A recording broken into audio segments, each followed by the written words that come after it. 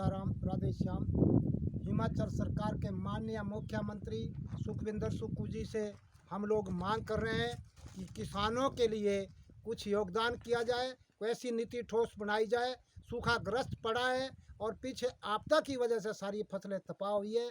अब सूखाग्रस्त पड़ा है, कुछ बागवान और किसानों के लिए कुछ ऐसी स्कीम बनाई जाए जिसका किसानों के साथ कोई बेनिफिट हो।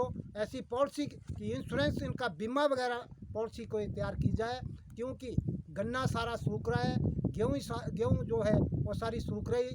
और एसीसी सीमेंट फैक्ट्री की जो खदान क्षेत्र है उससे इतनी हैवी ब्लास्टिंग हो रही है जिससे जंगली जानवर सारे फसलों के बीच जा रहे हैं। चाहे बैन गाय है, चाहे कोई और चीज़ें हैं, जितने भी जंगली जानवर हैं सारे चले गए और तपा कर दी सारी फसल। गन्ना तपा हो रहा है। और मैं माननीय मुख्यमंत्री जी से मांग करता हूं कि मंत्रिमंडल में ऐसी बैठक कोई निर्णय लिया जाए बैठक के अंदर कि जिससे किसानों को और बागवानों को कोई बेनिफिट हो। ये जंगली जानवर जितने भी आ रहे हैं ब्लास्टिंग से सारे तबाह हो गए, इनको पानी तक पीने नहीं मिल रहा है, नीचे पानी पीने भी आते हैं और जंगली जानवर सारी फसल तबाह कर रहे हैं। तो हिमाचल सरकार माननीय जो हमारे जिला के जिलाधीश महोदय हैं उनसे भी मांग कर रहे हैं कि इसके ऊपर कोई निर्णय लिया जाए किसानों के ऊपर। और जो हमारे नौजवान युवा बच्चे हैं, पढ़े लिखे हैं, उनके लिए कोई ठोस नीति बनाई जाए। जो आप बोल रहे हैं इतनी पोस्टें निकल रही है और उनको मेरिट के आधार पर जिसका किसका नंबर आ रहा है उस हिसाब से रखा जाए।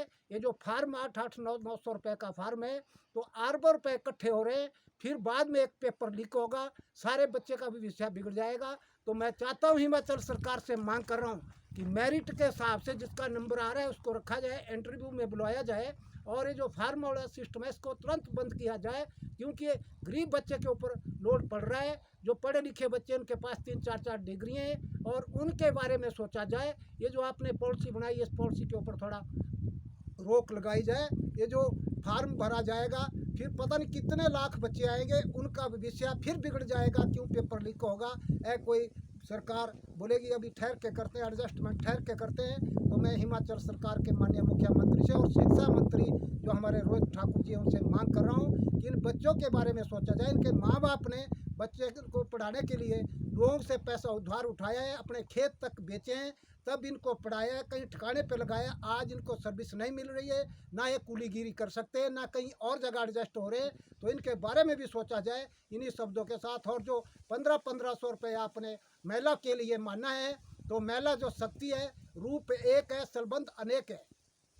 यूँ महिला की जो शक्ति है, महिला एक रूप में दिखी जाती है मगर संबंध अलग अलग होते हैं। कोई सिस्टर भी होती है, कोई माँ भी होती है और कोई धर्मपत्नी भी होती है। तो मैं आपसे मांग कर रहा हूँ कि जो इनके साथ अन्याय हुआ है 1500 रुपये के साथ, वो गलत है।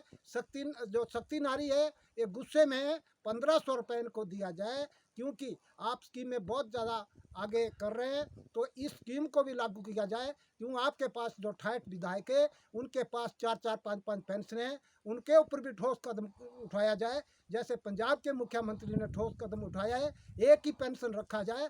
क्यों छोटे आदमी के ऊपर जो आप निर्णय ले रहे हैं ये तो सराहनीय है, पर मगर आप इस निर्णय को भी ले लो, क्योंकि आपने IRDP का सरबा सारा चेंज कर दिया, उठा दिया। गरीब बच्चे का जो फैसिलिटी थी वो सारी ख़त्म हो गई। और इस निर्णय को भी लो, क्योंकि 68 MLA उनकी जो पेंशन है उनके पास खाने पीने का राशन और बहुत उनको फैसिलिटी है, चाहे टेलीफोन की है, चाहे गाड़ी की है, चाहे कॉन्स्टिट्यूंसी में घूमने का है, 4-5 पेंशन है। आप ऐसा निर्णय लो कि एक ही पेंशन रहेगी और जब 5 साल अवधि पूरी होगी तभी पेंशन लगेगी। अगर सरकार बीच में टूटती है और जनता के ऊपर लोड पड़ता है, ये बिजनेस का अड्डा बना दिया। बिजनेस करना है, नौकरी करनी है तो और जगह जाओ। आप जन सेवा के लिए जनता ने भेजा है आपको, जन सेवा के लिए। आप तो सेवा अपनी कर रहे हैं, जनता का परवाह नहीं कर रहे हैं। इन्हीं शब्दों के साथ जय हिंद, जय भारत।